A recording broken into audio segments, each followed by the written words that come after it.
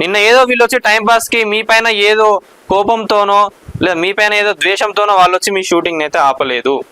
వాళ్ళకు రావాల్సిన వేజెస్, వాళ్ళకి రావాల్సిన వేతనాలు ఏవైతే ఉన్నాయో దాని గురించే వాళ్ళు వచ్చిండ్రు, ఆడ ధర్నాలు చేసిండ్రు. ఇది ఒకటి గుర్తుపెట్టుకోండి. సో వీళ్ళందరికీ ఈ వేజెస్ ఏవైతే ఉన్నాయో ప్రతి ఒక్క కార్మికులకు కూడా ఆ వేతనాలు ఏవైతే ఉన్నాయో పెంచే వరకు కూడా నేటి రాత్రి ఈ పోరాటం అయితే ఆపదు. మరి దాన్ని కూడా మరి ప్రొడ్యూసర్స్ని కూడా దృష్టిలో పెట్టుకొని వాళ్ళు కూడా మాట్లాడడం జరుగుతుంది. ఏంటంటే కేటగిరీ బేస్డ్, దీనిలో కొంతమంది ఏంటంటే స్టంట్మెంట్స్ కానివ్వండి, అంటే కొంచెం వెల్ నోన్ మంచిగా పనిచేసే వాళ్ళు సీనియర్స్ ఎవరైతే ఉన్నారో వాళ్ళకు కొంచెం ఎక్కువ ఉన్నది.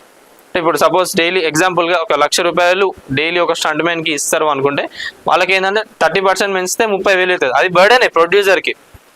సో అలాంటి వాటిపైన కూడా వీళ్ళు దృష్టి పెడుతున్నారు. అట్లాంటి భారం కూడా మీ పైన పడకుండా కేటగిరీ వైజ్డ్ బేస్ చేసి ఎవరికైతే 1000 లోపు ఉందో లేదా ఇంకెక్కువ ఉన్న వాళ్ళు ఎవరైతే ఉన్నారో కేటగిరీస్ బేస్ చేసి దానిపైన కూడా మేము పర్సంటేజ్ ఎంత పెంచాలో ఎంతో చూసి ఆలోచించి చెప్తామని చెప్పి కార్మికులే చెప్తున్నారు. మరి అది కూడా ఒక్కసారి ప్రొడ్యూసర్స్ మీరు అందరు కూడా ఆలోచించి మరి దీన్ని సినీ కార్మికులందరినీ ఎట్లా కాపాడతారో ఏందో అనేది మీ చేతిలోనే ఉన్నది. వీడియో చూస్తున్న వాళ్ళు ఎవరైతే ఉన్నారో ప్రతి ఒక్కరు కూడా లైక్ చేయండి, కామెంట్ చేయండి, ఈ వీడియోని షేర్ చేయండి. Thank you.